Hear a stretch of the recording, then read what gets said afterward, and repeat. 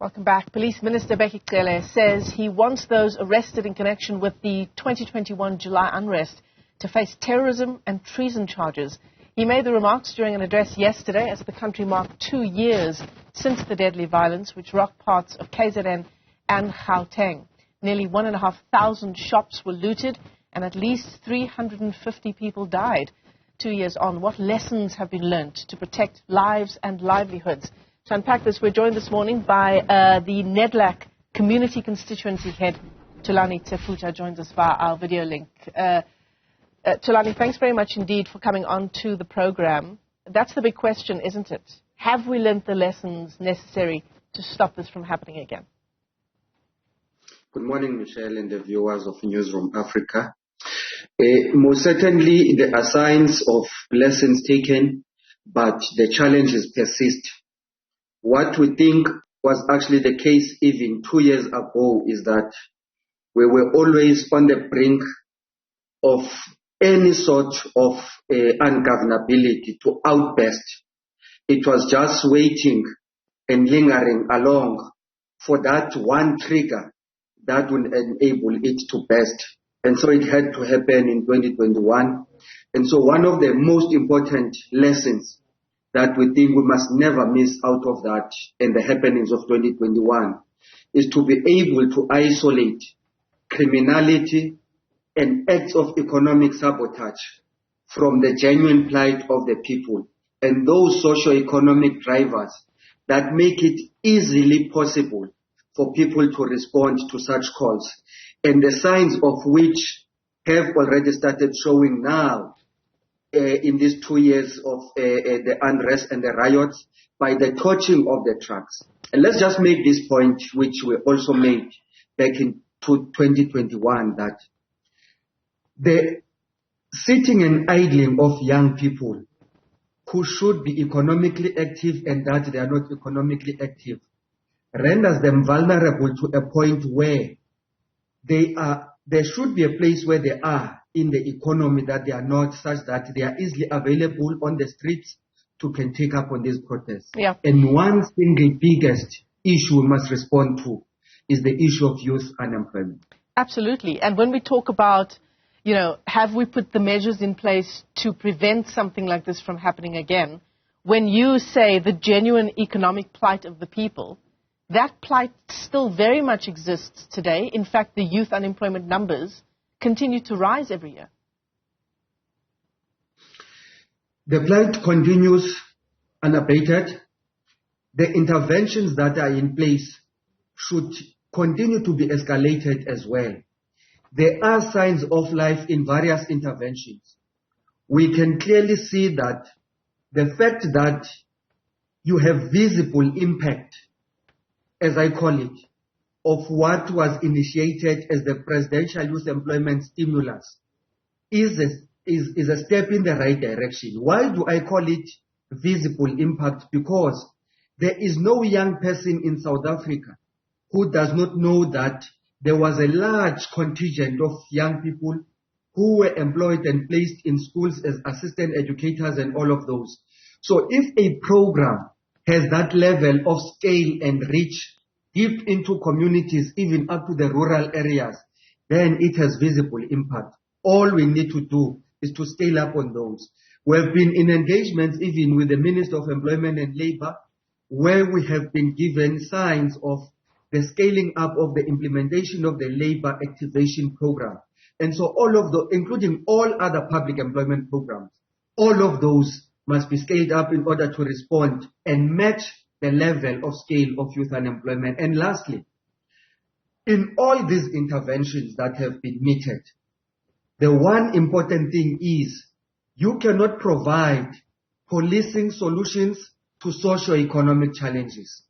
And one of the most critical factors which we must do as we mark these 2 years of the 2021 unrest is that, yes, we go back and reflect on the impact it had, but we must equally commend those communities who rose up and mobilized themselves and actually prevented looting. It goes to show that where there is active citizenry, you are likely not to have such acts.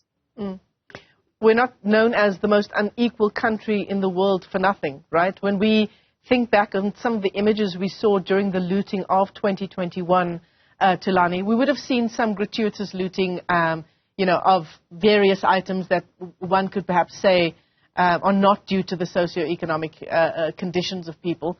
But so much of the looting was food, was stationery.